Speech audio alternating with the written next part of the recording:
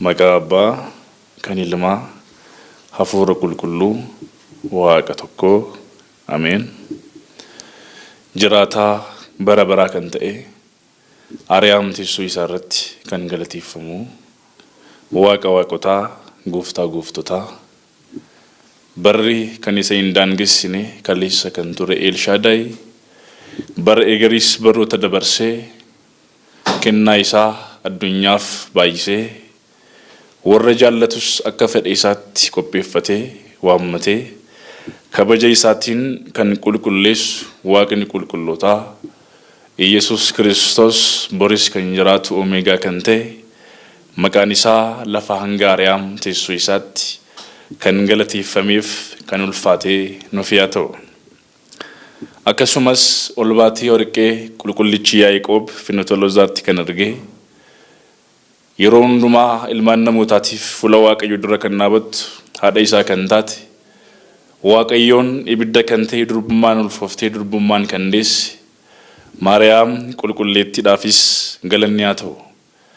Akkasumas yeroo hundumaa lakkoobsi isaanii kan baay'atu kuma yeroo kuma Waaqayyoon kan tajaajilan waa'ee cubbuu keenyaatiifis fuula Waaqayyoo kan dhaabatan ergamoota Waaqayyootiif akka kabajaaf kennaa isaaniitti galanni isaaniif yaa ta'u.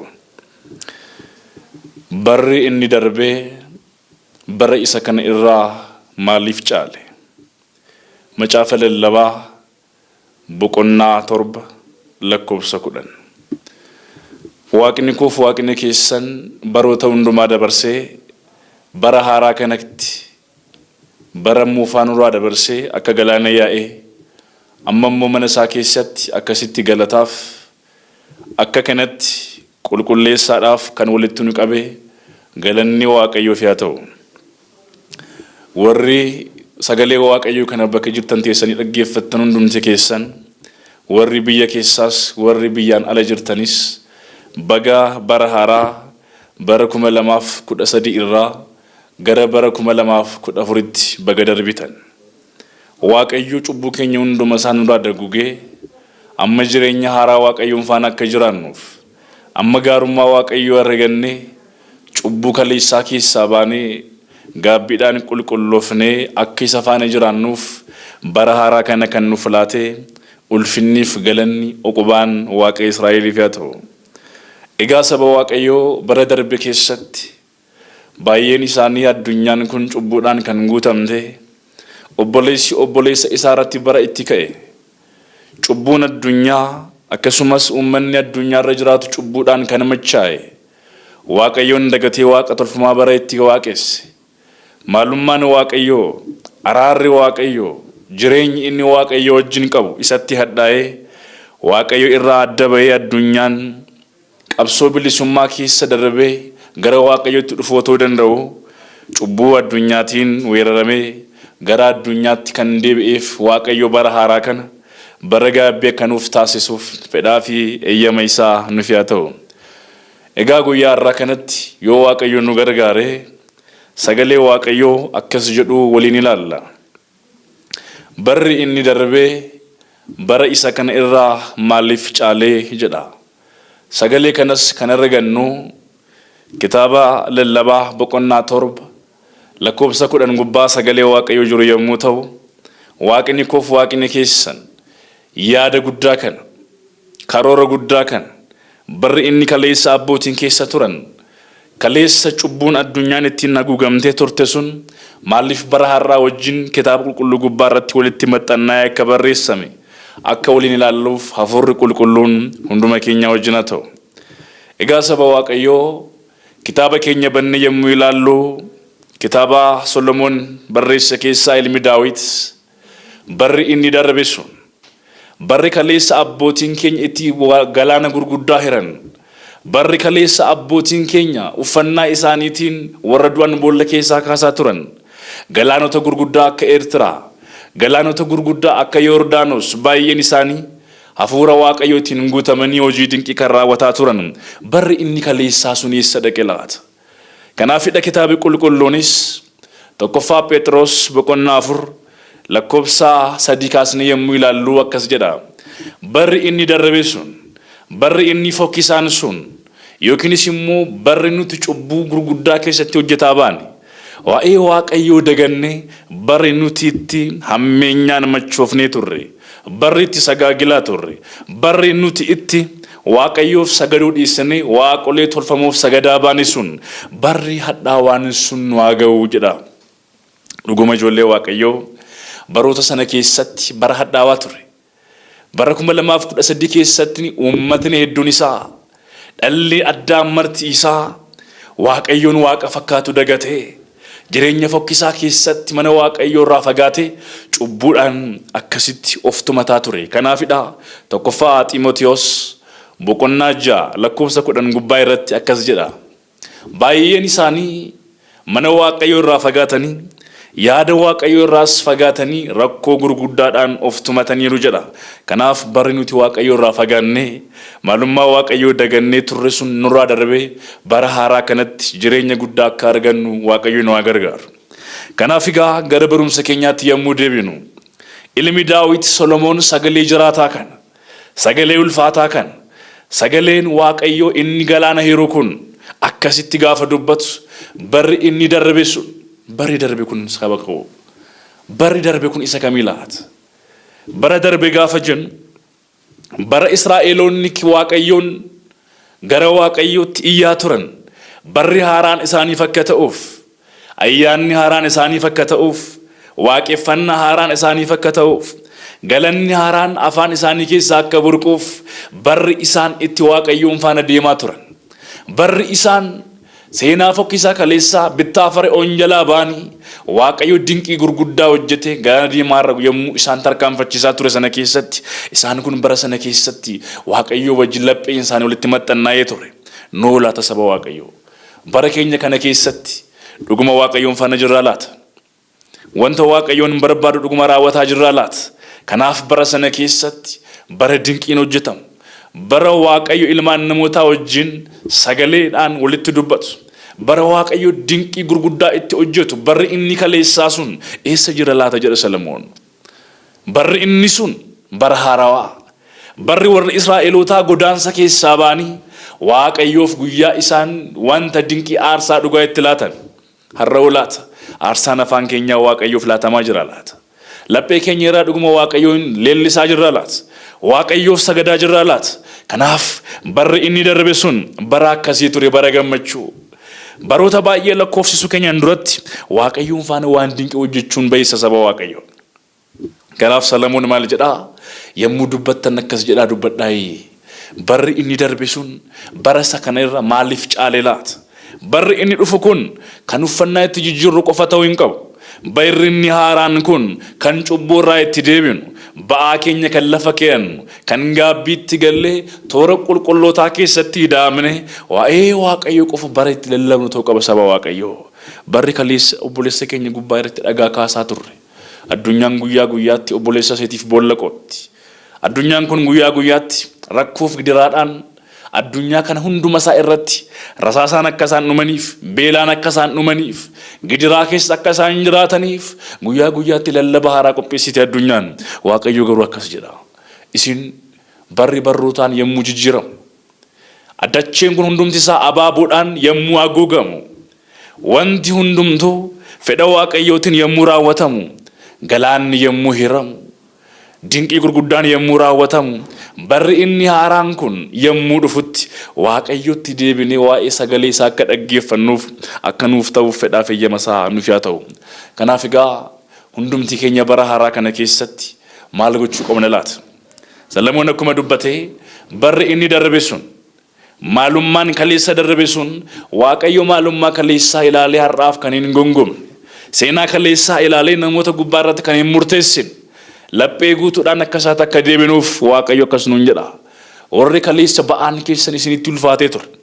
Wangeela Maatiyos boqonnaa 11 lakkoofsa 28 gubbaa akkas jedha. Warri ba'aan keessan isinitti ulfaate warri gidiraan isinitti ulfaate warri firoonni keessan isinitti jijjiiraman warri aanteen keessan obbolaan keessan maatiin keessan warri isin dagatan toora namummaa keessaa warra baatanii jiraattanuuf warri ba'aan keessan isinitti ulfaate waaqayyo bara haaraa isiniif qopheesseera. waaqayyo ji'oota haaraa isiniif qopheesseera. waaqayyo maalummaa haaraa isiniif qopheesseera. waaqayyo galaana jireenyaa isiniif qopheesseera. kottaa ba'aa keessan lafa keedhaa anis isiniin boqochiisa. galanni waaqayyoof haa ta'u. sagaleen kun sagalee baay'ee nama boqochiisu saba waaqayyo. addunyaa kana irratti baroota baay'ee lakkoofsisneera. tokkoon ilmaan namootaa tokkoon jireenya isaanii keessatti baroota baay'ee lakkoofsisu. jireenya baay'ee lakkoofsisu. haa ta'u malee garuu barri jireenya keenyaa fakkeenyaaf warroonni adiin yommuu bara haaraa simatan, yommuu barri baraan jijjiiramu, yommuu waaqayyo waan dinqii isaaniif raawwatu mallattoo dhiyeessu, waaqayyo bara moofaa keessaa gara haaraatti waan nu baaseef, maalummaa keenya fokkisaa kaleessaa gara gaariitti waan fideef, dhokataa laphee keenyaa iccitii qulqullummaatiin uffisee yeroo kanaan waan nu ga'eef galanni maqaa isaaf haa ta'u jedhanii guyyaa guyyaatti si'a 7 sagadu. biyya keenya keessatti immoo waaqni koof waaqni keessan waan dinqii saba kanaaf waan raawwateef, waan dinqii uummata kanaaf akka gochaa jiru uummanni kun hin beeka. kanaaf barri inni kaleessa darbe sun, barri inni nuti kaleessa itti ajjeechaaf sagaagilaan waaqayyo irraa fagaannee mucummaa sillaasee yookiinis immoo hafuura qulqulluun katabamnee kan ture daganne barri kaleessa itti dabarre haa ga'u saba waaqayyo. kaayyoon gooroo barumsa kanaa waa'ee baraa odeessuu miti, waa'ee baraa lallabuu miti. waaqayyo bara barootaan kan jijjiiru gaarummaa isaati. waaqayyo bara tokko irraa gara bara eegeriitti kan saba isaa fidu, sabni kun waan gaarii waan hojjeteef miti saba waaqayyo. kanaafidha raajichi Ermiyaas boqonnaa 1:16 gubbaa sagaleen waaqayyo akkas jedha. sabni Israa'el jijjiirraa barootaa gubbaa irratti waaqayyoof ayyaana qopheessee aarsaa akka laatu karaa duuka bu'aa raajotaa Museetiin ergaa guddaan waaqayyoon biraa gara saba Israa'elitti dhufee ture. sabni Israa'el garuu jecha waaqayyo kan hin dhageenye ture. kana booda waaqayyo isaan kanaaf tokkoon isaaniitiif adabbii guddaa qopheesse. bofaanis isaan hiddee ture. garuu ilmi waaqayyo Iyesuus Kiristoos bara kakuu haaraa keessatti bara moofaa sana bara kakuu moofaa dabarsee bara haaraa keessatti yommuu foon Maariyaam uffatee gara biyya lafaa dhufetti fannoo gubbaarra oolee addunyaa kanaaf dhiiga isaatiin qulqulleesseera. galanni maqaa isaaf haa ta'u. kanaaf nuti barri keenya inni haaraan, lallabni keenya inni haaraan fannoo ilma waaqayyo Iyesuus Kiristoosiiti. kanaaf maalummaan keenya inni haaraan Kiristoos Iyesuus kan ta'e ilma Maariyaamitti amanuudha saba waaqayyo. warreen waaqayyoon ilma waaqayyoo fannifamuu isaa, gidiraa isaa, rakkoo hundumaa irra ga'e qaraaniyo gubbaarratti warri argan Iyesuus Kiristoos waaqummaa isaati, gooftummaa isaatiin addunyaa kana yommuu bilisa baasuuf dhufetti akkuma kaleessa bara moofaa keessatti saba Israa'eliin bofaan yeroo isaan iddaman keessatti kakuu haaraa keessatti immoo dhiiga isaatiin bilisa baaseera. galanni foqobaan waaqa Israa'eliif haa ta'u. kanaaf barri haaraan inni kan keenyaa, barri keenya inni haaraan ilma waaqayyo kan ta'e Iyesuus Kiristoos tokkicha kan ta'e dorgommii kan hin qabne bara baraan kan jiraatu isa qofaatti amanuudha. kanaaf barri inni kaleessa darbe sun bara isa kanarra kan inni caaleef kaleessa bara moofaa keessatti baay'een isaanii gidiraa keessa yoo jiraatan illee waaqayyoon akka dhuunfaa isaaniitti, akka yaada isaaniitti fuula isaa jilgeenfatanii waaqayyoon biraa deebii biraa argachaa turan. har'a garuu bara keenya keessatti, bara kakuu haaraa keessatti namoonni kufaatii olabawaa kan raawwatan, waaqayyoon dagatanii jireenya addunyaa kan geggeessan kanaafidha. kanaaf Ermiyaas maal jedhee dubbate? sabni koo na yakkeeraa jedhe. bara an isaaniif godaansa keessaa isaaniin baasee bara haaraa keessatti yommuu isaan tarkaanfachiise, maalummaan jireenya isaanii, seenaa isaanii hadhaawaa sana keessaa ani yeroon isaan baasetti ani waaqni Israa'el samii gubbaarra taa'ee sagalee kootiin addunyaa kana na boce, isaan garuu na gubbaatti yakkaniiru. isaan kun na gubbaa irratti hojii dadhabinaa hojjetaniiru. wanta anaaf hin mijanne guutuu isaan raawwataniiru. kanaaf ixaanaanaaf ta'us warra kaaniifis aarsaa taasisaniiru. jilbeenfannaanaaf ta'uufis kan biraatiif waan godhaniif murteen koo saba kana irratti hin jabaata jedhe. waaqayyo akka nutti murteessineef fedhaaf eeyyama isaa nuuf haa ta'u. kanaaf egaa barri kaleessa darbe, barri inni fokkisaan sun akka nu ga'uuf bara haaraa keessatti immoo jireenya gaarii argannee waaqayyoon faana akka jiraannuuf waaqayyo nu gargaaru. saba waaqayyo tokkoon mana keenyaa keessatti barri haaraan yommuu dhufu isaan qabanis wal qixxaatu. sababni isaas barri namootaaf wal qixxaadha. jireenyi namootaa gargar haa ta'uyyuu malee barri sooressaaf jijjiirame hiyyeessaaf hin dukkanaa'u. Yeroon hiyyeessaaf laatamee sooressaaf kan katabamu miti. Hundumayyuu Waaqayyo akka hojii isaatti, akka gaarummaa isaatti, akka ajaja isaatti, akka fedha isaatti hundumayyuu akka baatetti kan cisisu Waaqayyoon qofa. Kanaaf bara haaraa kana keessatti tokkoon ilmaan namaa warra kiristaanotaa Waaqayyoon faana kan jiraattan, Waaqayyoon faanas kan baatanu bara haaraa kana keessatti, yeroo haaraa kana keessatti uffannaa haaraa haa uffan. Uffannaa haaraan dhiigaaf foon Waaqayyoo fudhachuudha. Uffannaa haaraan gaabbii galuudha. Uffannaa haaraan warra dhabaniif waan gaarii arjoomuudha saba Waaqayyoo. Baay'een keenya jireenya gaarii keessa kan jiran, baay'een keenya maalummaa keenyaaf kan cinqamnu, baay'een isaanii garuu gadaruu keessa, agabuu keessa, dhiphina keessa kan jiraatan baay'eetu jiru. Kanaaf Waaqayyo isaan kanaafis bara haaraa hin fida. Galanni maqaa isaaf haa ta'u. Kanaaf egaa saba Waaqayyoo har'a guyyaa har'aa kanatti hundumti keessan mana keessan teessanii waa'ee bara haaraa yommuu dhaggeessatan, waa'ee bara haaraa barsiisaan garagaraa yommuu lallaba qofa dhaggeeffachuu otoo hin taane saba Waaqayyoo bara haaraa kana keessatti maal karoorsitan Waaqayyoon faana jiraachuudhaaf. Tokkoon ilmaan namaa isaan kaan yeroo baay'ee Waaqayyo raaddabuudhaaf kan karoorsanu jiru. Waaqayyo garuu bara keenyas jijjiiree, seenaa keenyas jijjiiree, maalummaa keenya gara fuulduraatti kan fidu isa qofaadha. Galanni maqaa isaaf haa ta'u. Kanaaf egaa bara haaraan yommuu dhufu hundumtu akka aadaa isaatti, hundumtu akka beekumsa isaatti, hundumtuyyuu akka amantaa isaatti Waaqayyoof aarsaa dhiyeessutu jira. Yaa Waaqayyo, bara keenya dukkanaa keessaa waan nu baasteef ulfinni siif haa ta'u. Yaa Waaqayyo, bara dukkanaa keessaa waan nu baasteef qubaan siif haa ta'u jedhanii dacheen hundumtuu Waaqayyoof gammachuu dhiyeessa. Waaqayyoof ilillee dhiyeessa. Kanaaf Waaqayyoos yeroo kanatti gammachuu saba isaa fudhachuudhaaf innis dachee kana hunduma isaa magariisa taasisa. Dachee kana hunduma isaa sagalee isaatiin galaanotas abaaboon addunyaa irratti hunduma isaaniiyyuu Waaqayyo haala isaan ittiin guddatanuuf daraaraadhaan biyya lafaa hundumaa lalesiisee galata guddaadhaan Waaqayyoon baratti waaqeffamuudha jechuudha. Kanaaf egaa ilmi Waaqayyoo Yesuus Kiristoos, ilmi Waaqayyoo Amaanu'eel, ilmi Waaqayyoo Eelishaadaay bara keenyaaf nuuf akka dheeressuuf, bara keenya gaarummaatti akka nuuf jijjiiruuf hadhaawaa laphee keenya keessaa nu keessaa baasee burqaa gaarii isa faana akka dhugnuuf fedhaaf eeyyama isaa nuuf haa ta'u. Kanaaf egaa barri inni darbe sun, barri abbootiin keenya waan dinqiif gaarummaa itti hojjetan sun har'as bara keenya bara haaraa keessatti akka dhufuuf caalmaansaa inni kaleessaa har'atti jijjiirame jireenya Waaqayyoon faana akka argannuuf kitaabni akkas nuun jedha. Isin yaa saba Israa'el, isin yaa ijoollee koo, maalummaan keessan, maqaan keessan akka jijjiiramuuf Waaqayyoon dursaa qabadhaa jedha. Warri dursanii Waaqayyoon qaban jijjiiramuu baraatti hin gaddan.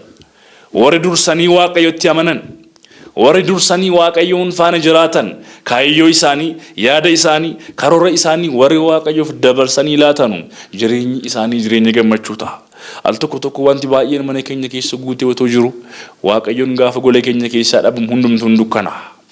Baay'een keenya wanta addunyaarra jiru hunduma isaa yoo barruu keenya keessatti qaban, yoo maalummaan keenya Waaqayyoon faana hin jiraanne jireenyi keenya duwwaadha saba Waaqayyoo. Kanaafidha Waaqayyoo tokkoon saba addunyaatiif ergaa guddaa qaba. Barri haaraan kun, barri inni gaariin kun bara gaarii akka nuuf ta'uuf, bara isa fokkisaa kaleessaa keessa dabarreessan akkuma Phaawulos dubbate isin lammata dhalattaniittu barri kun bara nageenyaa akkasiniif ta'uuf jabaadhaa Waaqayyoon qabadhaa. Kanaaf Waaqayyoon qabannee isa faana akka jiraannuuf fedhaaf eeyyama isaa nuuf haa ta'u. Barri inni amma keessa jirru kun, yeroon amma keessa jirru kun bara sodaachisaa ture. Bara haatiif ilmoon itti waliif hin galle, bara gammachuun tokkoon gola namaa keessaa badee, bara rakkinniif dukkanni mana namaa keessatti guute ture. Har'a garuu Waaqayyo maal jedha? Sagaleen isaa kan ulfaateedha. An samii haaraa, jireenya haaraa, addunyaa haaraa isiniif laadha jedha Waaqayyo. Erga Waaqayyo jireenya haaraa nuuf laate, erga Waaqayyo maalummaa haaraa nuuf laate, maqaa keenya fokkisaa isa kaleessaas nurraa haqee har'a bara haaraa keessatti akkuma abaaboon daraaretti, akkuma galaanni walitti tuulamee Waaqayyoof sagadaaf ilillee galchutti ilmi namaas bara haaraa kana keessatti Waaqayyoon dursee qabachuu qaba. namni waaqayyoon hin qabne humaayyuu hin qabu saba waaqayyoo. Namni hiyyeessa kan jedhamu yoo waaqayyoon dhabe qofaadha.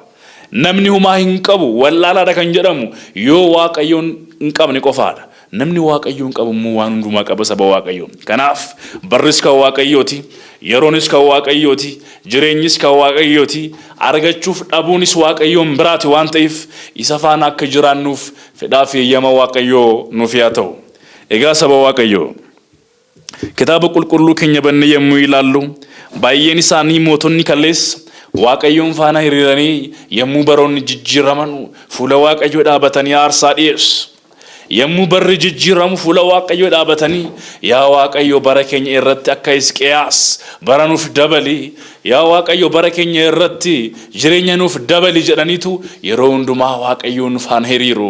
Nus waaqayyo bara keenya akka nuuf haaressuuf bara keenya irratti, maalummaa keenya irratti, barnoota keenya irratti, tajaajila keenya irratti bara haaraa nuuf dabale isa faana akka jiraannuuf fedhaa fi eeyyama isaa nuuf haa ta'u. Kanaaf egaa moototni kaleessa turan waaqayyoon isaanii qabataniitu jireenya gubbaa irratti jireenya argachaa turan. Hisqiyaas bara dhukkubsate keessatti, Hisqiyaas bara sana keessatti maalummaan isaa kan ittiin tolle garuu waaqayyoon yommuu gara waaqayyootti waa isaaf iyyan waaqayyo bara isaa irratti waggaa 15 kan isaaf dabale. Waaqayyo jireenya isaa irratti bara haaraa isaaf kan dabale nuufis bara keenya fokkisaa dabarsee bara haaraa kan nuuf laatuuf fedhaa fi eeyyama isaa nuuf haa ta'u. Kanaaf egaa saba waaqayyoo sa'aatii keenya irraa kan ka'e barumsa keenya yommuu goolabnu barri inni nuti keessa jiraannu kun bara sakaleessaarraa maaliif caalee jedha kitaabni. Caalmaan barootaas tokkoon hojii ilmaan namootaa hojjetan gubbaa irratti murtaa'a. Ilmi namaa kaleessaa obboleessa isaaf kan yaadu, obboleessa isaaf kan gaddu, ilmaan haadha tokko otoo hin ta'in akkasumatti sagalee qofaan kan wal gargaaranu kaleessa bara gaarii ture saba waaqayyoo. Barri inni gaarii sun, barri inni namni itti waliif yaadu sun har'a eessa dhaqee laata? Galanni fi qubaanni maqaa isaaf haa ta'u. Kanaaf egaa saba waaqayyoo bara haaraa kana keessatti tokkoon keenya sagadaaf, ililleedhaaf, faaruudhaaf wanta hundumaa waaqayyo keenya nuuf baay'isee mana isaa keessaa akka jiraannu fedhaa fi eeyyama isaa nuuf haa ta'u. Inni amma yoonaatti sagalee jireenyaa kana akka waliin barannu taasise. Gaarummaa isaatiinis dubbii sagalee isaa afaan keenya keessa kan nuuf kaa'e, lalisaa dacheen hundumtuu kan itti gammade, bara beelli itti hafe, bara quufi itti lallabamu, bara wal qoqqooduun hafe tokkummaan itti labsamu akka nuuf ta'uuf fedhaa fi eeyyama waaqayyoon haa ta'u.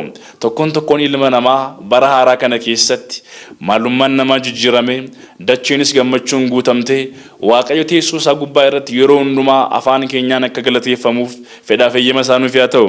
Inni bara darbe keessa nu dabarse bara haaraa kana keessattis nu eege, nu tiksee hamaa hunduma isaa irraa nu oolchee isa faana akka jiraannuuf fedhaa fi eeyyama isaa nuuf haa ta'u. Ilmi namaa xumurri isaa yommuu bareedu gaarii waan ta'eef waaqayyo xumura keenya nuuf haa bareechu. Inni nu barsiise Waaqni Abbaa, Waaqni Ilmaa, Waaqni Hafuura Qulqulluu maqaan isaa ulfaatu bara baraan. Ameen.